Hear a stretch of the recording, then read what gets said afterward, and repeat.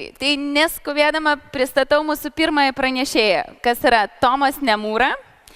Tomas, žinoma, dirba su globaliais brandais ir padeda jiem sukurti tiek komunikacijos strategijas online.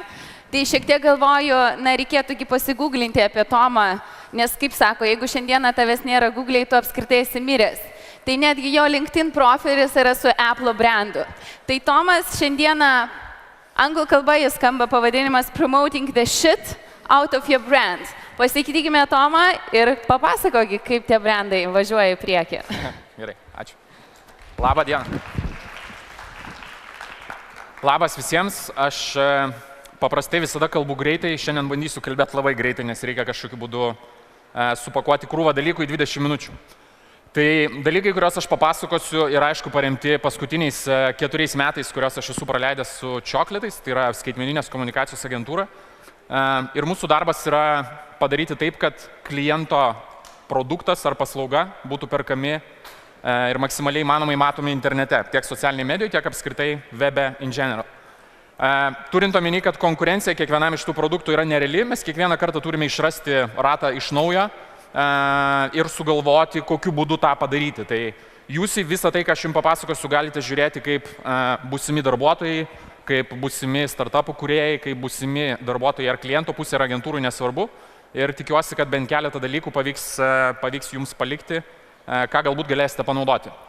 Tai norėdami įsijausti į tai, ką mes veikiame kiekvieną dieną, įsivaizduokit, kad rinkoje yra visa krūva žmonių, kurie sako, kad daro lygiai tą patį, ką ir mes. Ir kai mums reikia parduoti savo paslaugas, natūralu, kad viskas komplikuojasi. Jeigu trumpai, tai visą reklamos industriją galite padalinti į 4 dalis. Yra kūrybinės agentūros, yra media planavimo agentūros, viešųjų ryšių agentūros galim išskirti atskirai ir tada yra krūva production, taip vadinamo agentūrų, tiek video produkcijos, tiek interneto projektų, tiek visokių kitokių reikalų. Ir problema su to yra tokia, kad visi jie paskutinius N metų, paklausus, kuom užsiema, pradeda pasakoti apie savo paslaugas, bet jeigu paklausti jų, ar jie dirba su socialinė medija, ar jie dirba su digital komunikacija, jie visi linksi galvą ir sako, kad daro, kad tuo užsiema. Tas mums sukelia visą krūvą problemų ir problema numeris 1 yra tam tikra arogancija kliento pusėje, kurie perka paslaugas, nes susidaro įspūdis, kad šitos dalykus labai lengvai gali nusipirkti, kur tik papuolė. Į kairę ir į dešinę visi daro, pasidėrėsiu, padarysiu čia konkursą, susirink žmonės, pasiūlys ir tikrai kažką tai išsirinksiu. Toks požiūris į paslaugas, savaime suprantama, komplikuoja mums šiek tiek gyvenimą, nes mes kiekvieną kartą turime pagrindinėti savo vertę ir tai komplikuoja gyvenimą kitoje ekrano pusėje. Nes maža to, kad tu turi konkuruoti su krūva agentūrų, kurios užsiema lygiai tuo pačiu kaip tu, dar atsiranda visas žanras kitose reklamos srityse dirbančių žinomų vardų, kurie sako, kad gali padaryti lygiai tą patį. Tai tam, kad atrastumėm savo vietą pasaulyje, o vėliau, reiškia, tuos procesus galėtumėm panaudoti ir klientams, mes esam savo darbą padalinę į keletą dalių. Tai kadangi prasimušti yra labai sudėtinga, turi sugalvoti, kaip tai padaryti. Tai kaip prasimušti?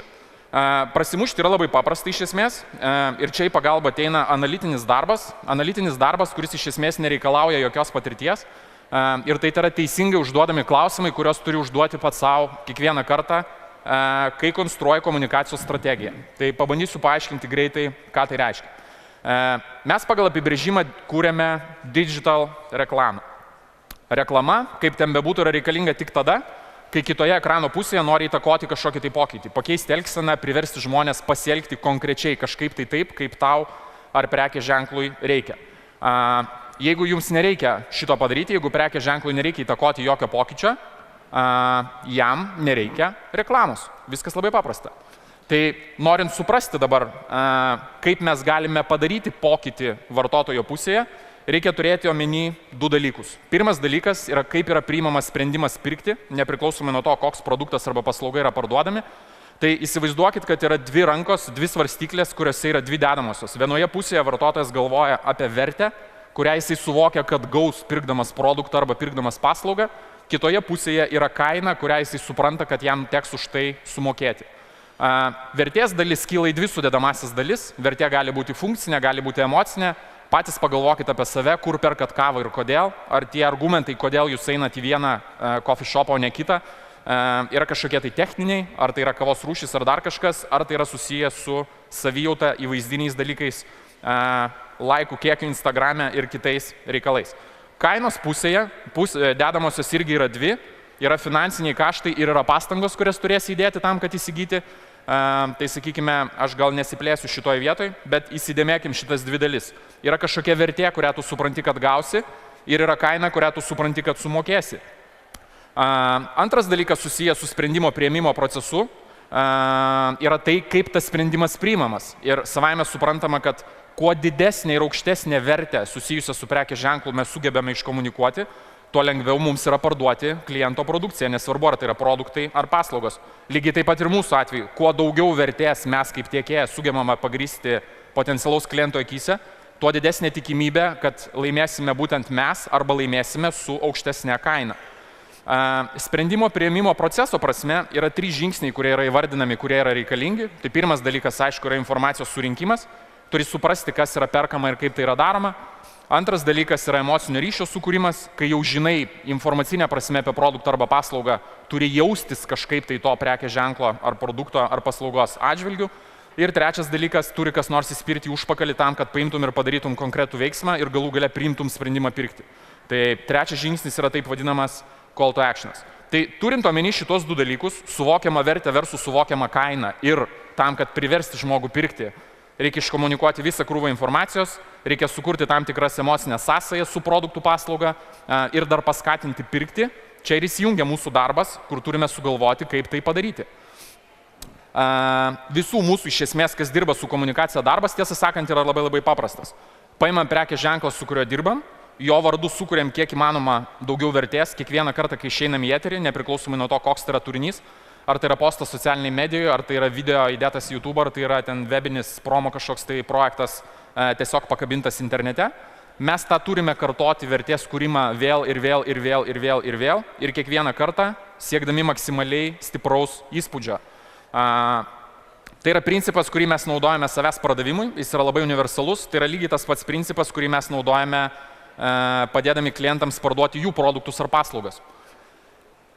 Galvojant apie vertę, kur įsijungia, reiškia, analitinis mąstymas ir kur įsijungia dalykai, kuriuos jūs visi galite daryti kiekvieną dieną, ir manau, kad vieną dieną teks tą daryti, nepriklausomai norėsit ar ne, yra būtent analitinis mąstymas, kuomet turi sugalvoti konkrečias vietas, kur sukurti vertę. Ir vertė vartotojo galvoje yra kuriama 2 lygiais. Vienas dalykas yra informacinis, kuomet tu gali kažką kalbi ir dalykai, kuriuos tu kalbi, yra įdomus. Antras dalykas yra emocinė dalis, kai tai, ką kalbi, yra nebe taip svarbu, kai palyginus su tuo, kiek svarbu yra, kaip tu kalbi, tai yra turinio forma.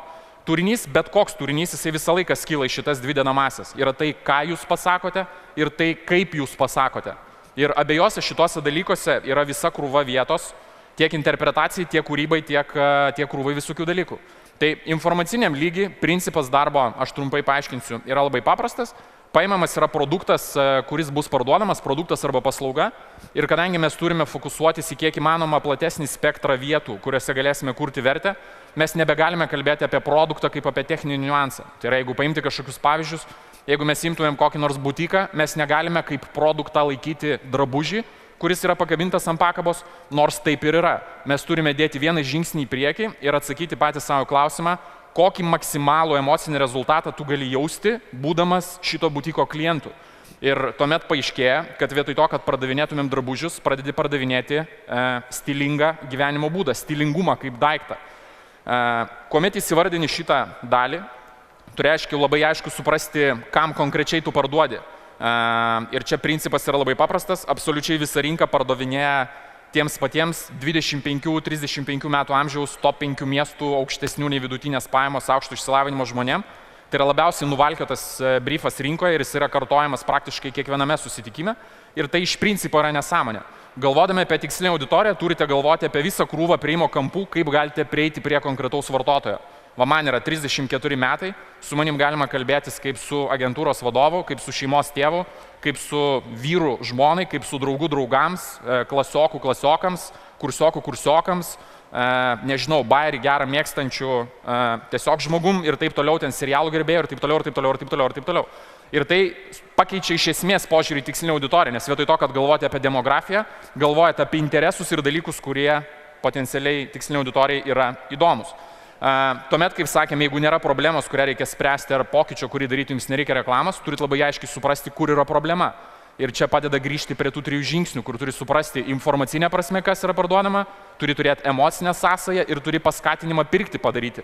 Vieni brandai turi problemą, kad informacinė prasme apie juos nieko nėra žinoma, kiti turi problemą, kad yra labai gerai žinomi, bet emocinė prasme nepriverčia niekaip jaustis arba priverčia jaustis negatyviai. Treti turi problemą, kur ir emocinė sąsaja yra, ir informacinė prasme viskas aišku, bet nieks jų užpakalį neįspiria ir vis tiek per kitos pačius dalykus kažkur tai kitur. Tai šitą dalyką turi apsibrėžti savo labai aiškiai ir tuomet pereini prie vertės skaidimo į sudėtinės dalis. Tai jeigu mes imame tą patį butiko keisą, turi atsakyti savo į klausimą, iš ko susideda buvimas stilingu, iš ko susideda buvimas stilingu. Ar iš to, kad tavo draugai klausia tavęs patarimų, kaip apsirengti, ar iš to, kiek tu laikų Instagrame gauni, ar iš to, kiek tu žinai tendencijas, ar iš to, kiek tu pirmų vardų gali kreiptis į, nežinau, madingiausių parduotuvių įkūrėjus, ten dizainerius ir taip toliau, ar dar kokių kitų dalykų. Ir jeigu galvodami apie pardavimą, galvosite apie drabužį kaip daiktą, niekada iki šitų dalykų nedasigalvosite, nes lyginsite kainą, patogumą, patvarumą ir visus kitus techninius niuansus, kurie yra svarbus viena vertus, bet kita vertus jų aišku neužtenka. Susidėliojus dalykus, iš ko susideda vertė, kurią mes komunikuojame vartotojams, mes dar turime pagalvoti apie alternatyvius vartojimo būdus ir kaip galima dar pristatyti produktą. Ir čia turėjom labai įdomų keisą su Atomic Gardeno digital kurso grupe, kai viena mergina analizai pasirinko Tiffany prekės ženklą, kurį merginos turbūt puikiai žinot, vaikinai sužinosit, kai reikės pirkti sužadėtuvių žiedą. Ir darant analizę, pradėjom diskutuoti apie tai, kad tikslinė auditorija yra aišku merginos, produktas pagrindinis yra ten tie sužadėtuvių žiedai. Ir nors žiedą perka vaikinas, bet mergina tarsi iki tos stadijos jau yra pakankamai užnuodijus bičiuką, kad jisai žinotų, kokio čia to žiedo tiksliai reikia. Kuomet tu apsisuki ir pradedi žiūrėti tai iš kitos pusės, paaiškėja, kad kaip prekinis ženklas galėtum daryti visiškai alternatyvią komunikaciją, jeigu bent šiek tiek įsigilintum į tikslinę auditoriją. Ką aš noriu pasakyti? Jeigu paimtumėt bet kokius santykius, asmeninius, kurie trunka ten, nežinau, kažkiek tai laiko, tikriausiai pamatytumėt, kad vaikinai taip jau yra, prisišika kas antrą dieną, pridaro kokiu nors nesąmonių, prisikuria savo problemų lygioje vietoje, kažko nesupranta, nedadaro, nepadaro ir taip toliau. Ir kadangi santykiai yra pakankamai stiprus, paprasčiau yra tas problemas išspręsti, negu išsidraskyti ir ten kurti naujus santykius. Šitoje vietoje galėtų atsistoti Tiffany, kreiptis į vyrišką tikslinę auditoriją ir klausti, prisidirbot? Kiek maždaug prisidirbot? Ant 500 eurų, 1000 eurų, 1500 eurų. Ir pitchinti savo produkciją kaip priemonę išlyginti karminės skolas, kurių vaikinai eilinį kartą prisidirbo namuose. Tai tokie dalykai, alternatyvūs tokie vartojimo būdai niekada nepaaiškėja žiūrint iš tikslinės auditorijos pusės. Juos galima išvelgti tik tuomet, kai atsistoji prekės ženklo pusę, gilinės į tikslinės auditorijos elgseną ir žiūri, kaip dar galėtum tos pačius dalykus parduoti. Ir turint visą šitą informaciją, mums belieka įsivardinti visą krūvą idėjų, ką mes galėtumėm dabar daryti su komunikacija, kad kurtumėm vertę kiekvienoje dedamoje, bet jeigu mes turime tą patį ten stilingą gyvenimo būdą, ką mes prekės ženklo vardu turime padaryti, kad vartotojas savo Instagrame gautų daugiau laikų, jeigu tai yra viena iš dedamųjų, kaip yra vertinamas vartotojo konkretaus žmogaus stilingumas. Visas idėjas pasveriame pagal funkcinę arba emocinę vertę, kur ta vertė yra kuriama ir aišku, kad komunikacijos potencialo visą laiką turi daugiau dalykai, kurie yra emociniai. Belieka išsirinkti paskutinį žingsnį, tai yra pagrindinė linija, ant ko bus statoma visa komunikacija. Paprasti 8 klausimai, rezultatas yra, nežinau, 30-40 minučių diskusija dažnai su pačiu savim arba su kažkuo iš aplinkos. Ir rezultate turite tai, ką būtų galima pavadinti tokią silpną, bet komunikacijos strategiją. Belieka galvoti apie turinio formas, į kurias visą tai galima supakuoti. Ir kalbant apie turinio formas, aš esu parinkęs keletą pavyzdžių, jie yra visiškai skirtingi, tai mes gal pasižiūrėkim ir aš tada pakomentuosiu. Čia yra labai geras apibendrinimas per keletą sekundžių, kuris paaiškina tiek kliento, kuris užsiema komunikaciją, tiek agentūrų, kurios padeda tą komunikaciją daryti, darbą kiekvieną dieną. Net jeigu tu neturi ką pasakyti, net jeigu tu neturi jokio pagrindo savo po kojam kurti pramogai, tu turi surasti būdą, kaip tą padaryti. Vat pasiemi visiškai out of nowhere, visiškai nesąmonė, bet atrodo kaip pats įspūdingiausias dalykas pasaulyje. Ta turite turėti omeny dėl to, kad, sakykime, vien gegužės mėnesio duomenimis mes turėjome Lietuvoje beveik 250 puslapių Facebook'e, kurie turėjo 30 000 fanų ir daugiau. Ir tai reiškia, kad tai yra puslapiai, kurie komunikaciją kūrė labai intensyviai, į eterį išeina ten kokie 20-30 kartų per mėnesį. Ir turinys, kurį dienos pabaigoje kursite jūs, ar ten agentūros vardu, ar kliento vardu, konkuruoja su visu tuo, ką kūrė šitie 200 beveik 50 puslapių. Turinio jūsų kokybė bus įvertinta ne pagal tai, kiek jūs energijos įdėjot ar ką jūs padarėt, bet pagal bendrą kontekstą, kuris tą dieną bus ant sienos. Tai jeigu draugės taip jau išėjo, kad tą dieną pasidažė gražiau ir atrodė gražiau, jūsų selfies tiesiog gaus mažiau, mažiau interakcijų. Bet ne dėl to, kad pasidarėt mažiau graži, tiesiog kontekstas pagražėjo ir tą dieną jums tiesiog nepaėjo kortą. Ką mes tada pradedam daryti? Mes tada pradedam galvoti, kad, tai mes pasistengsim labiau, įdėsim daugiau energijos. Kaip čia naisi mūsų turinį pradės, kaip čia mes tiek laiko praleidom ir mūsų turinio nevartos. Bet tiesą sakant, vartotojas, turint omeny turinio kiekį, prie kurio yra įpratęs paskutinius kelis metus, paklauskit savęs patys, kiek serialų žiūrit, kiek laiko praleidžiat Facebook'e kiekvieną dieną, kiek followinat brandų Instagram'e, kiek Snapchat'e praleidžiat laiko, kiek valandų per dieną prisukat 9gag'e ir taip toliau, ir taip toliau, ir taip toliau. Ir pamatysit, kad kontekstas, su kuriuo jūs galite vertinti turinį, iš tiesų yra labai platus. Ir tiesą sakant, tipinė jūsų reakcija į turinį dažniausiai yra tokia: fuck this, fuck that, neįdomu, negražu, mačiau, nejuokinga ir taip toliau, ir taip toliau, ir taip toliau. Mes tada sakom, gerai, kontekstas platus, bet davai mes dar daugiau energijos įdėsim ir tada jūs irgi dar daugiau energijos įdedat, nors emocija yra ta pati. Tai kartais atrodo, kad kuo labiau stengiasi, tuo daugiau energijos atgal gauni, bet jinai niekada nebūna pozityvi. Todėl pasižiūrėsim porą pavyzdžių ir aš tada pakomentuosiu juos.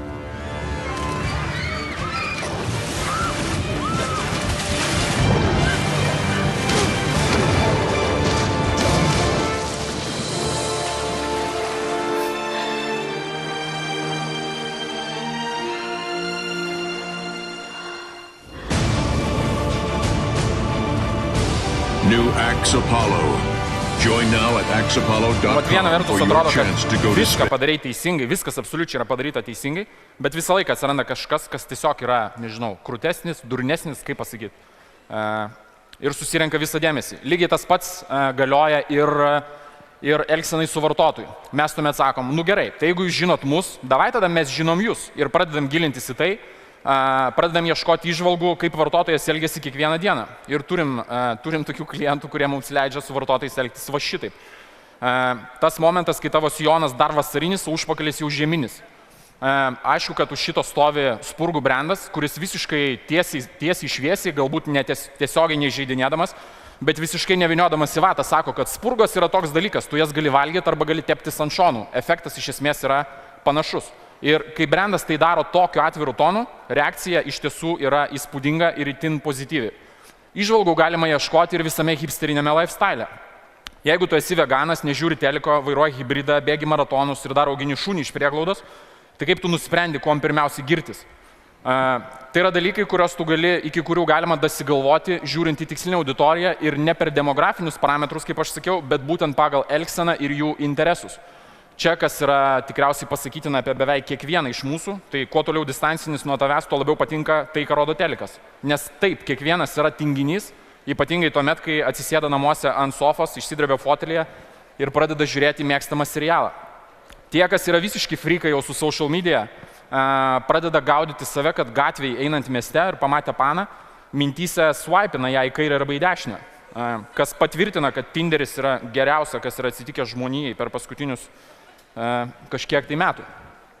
Tai tas turinys iš esmės, pasižiūrėkim dar vieną pavyzdį. Šitas pavyzdys puikiai parodo, kaip visiškai iš nieko, absoliučiai šone brando sukurti nesveikai gerą istoriją. And he wanted to become an architect so he could build us all houses. But that all changed when he got in with his new friends. He started wearing these old clothes, all tattered and awkward.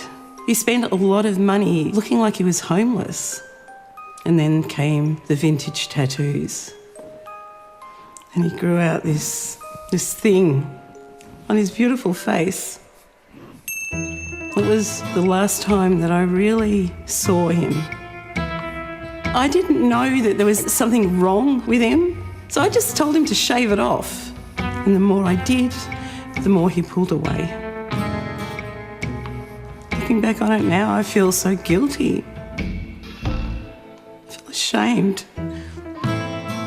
His behaviour got even more unpredictable or eccentric. He called it ironic. His friends would call me, they were concerned because he was embarrassing himself. His poor girlfriend, she couldn't handle the smell. I mean, what if there really was poo in there? Nothing we said made any difference. He wasn't my little boy anymore.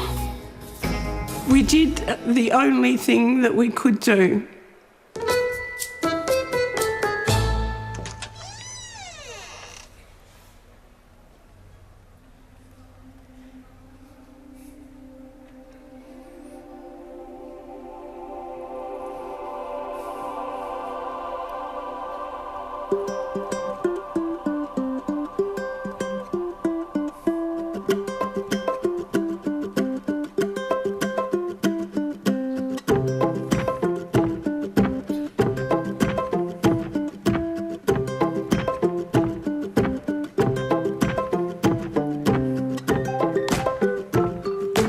He's back.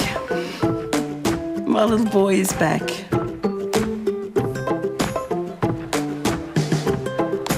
Informacinė prasme su produktu tai neturi nieko bendro. Viskas yra padaryta ant paprastos išvalgos, kad užtenka nesiskūsti ir patenki į hipsterinio lifestyle liūną. Šitą praleisim. Parodysiu dar du mano mėgstamiausius pavyzdžius. Vienas yra, tie, kas žiūri Family Guy, Thumbs Up. Pasižiūrėkit. Dalykas, kuris yra nejuokingas, yra truputėlį juokingas 5 sekundės, tada kokią pusę minutės visiškai nejuokinga ir tada, jeigu tu dar biškį paspaudi, vėl pasidaro juokingas.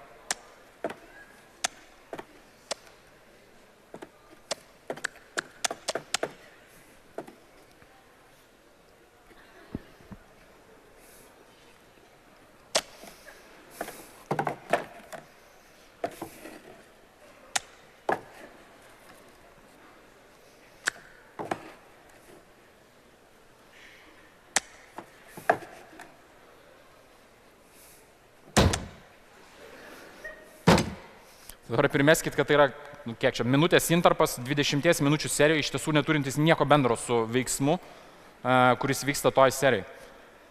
Viena iš pagrindinių įžvalgų, kurią galima monetizuoti bet kuris jaunimas skirtas brandas, tai yra skirtumai tarp panų ir bičių. Ir čia yra labai gera iliustracija apibūdinanti tą skirtumą. Hey Tyler, are you on your way to algebra? Yeah, I'll see you there.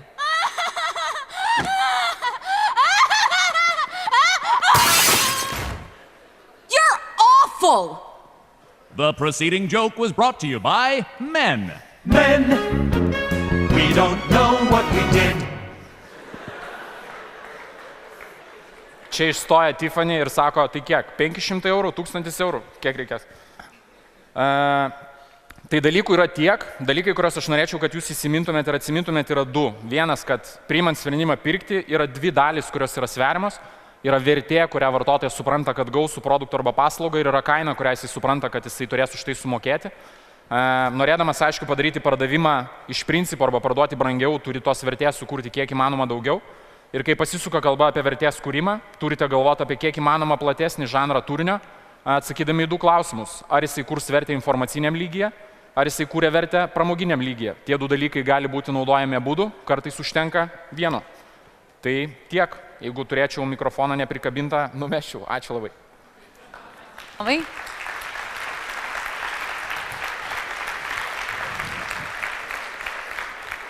Ačiū Tomai ir mes turim dar 2 minutės, tad turim laiko 2 klausimam. Kas norėtų paklausti? Čia vienas.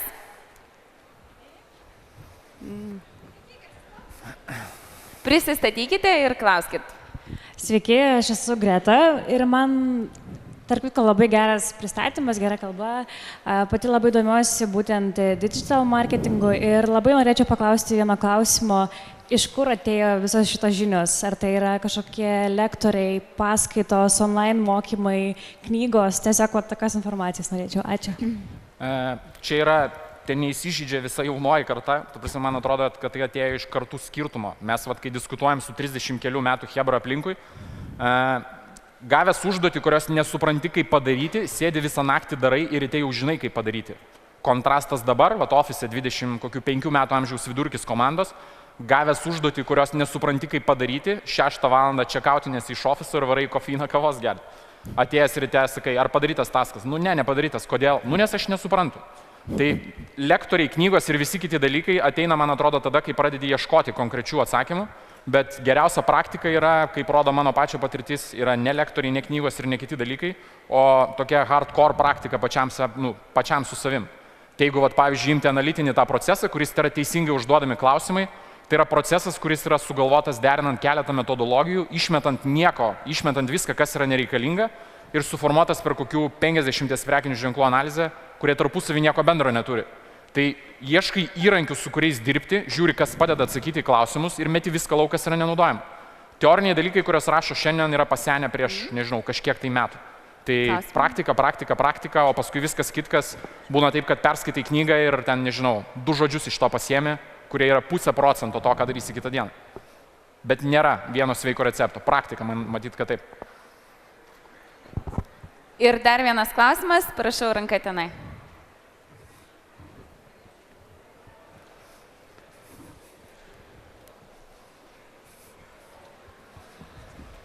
Galėsim nusiselfinti, kad mane daugiau žmonių right swipintų? Jeigu pridėsi santrauką prezentacijos, nes už išvaizdą manęs į dešinę niekas nesvaipina. Nu, bet pagalvos, kad aš pažįstu daug influential žmonių. Gerai, Ačiū. Tai ačiū visiems, gero evento ir sėkmytės. Ačiū, Tomai.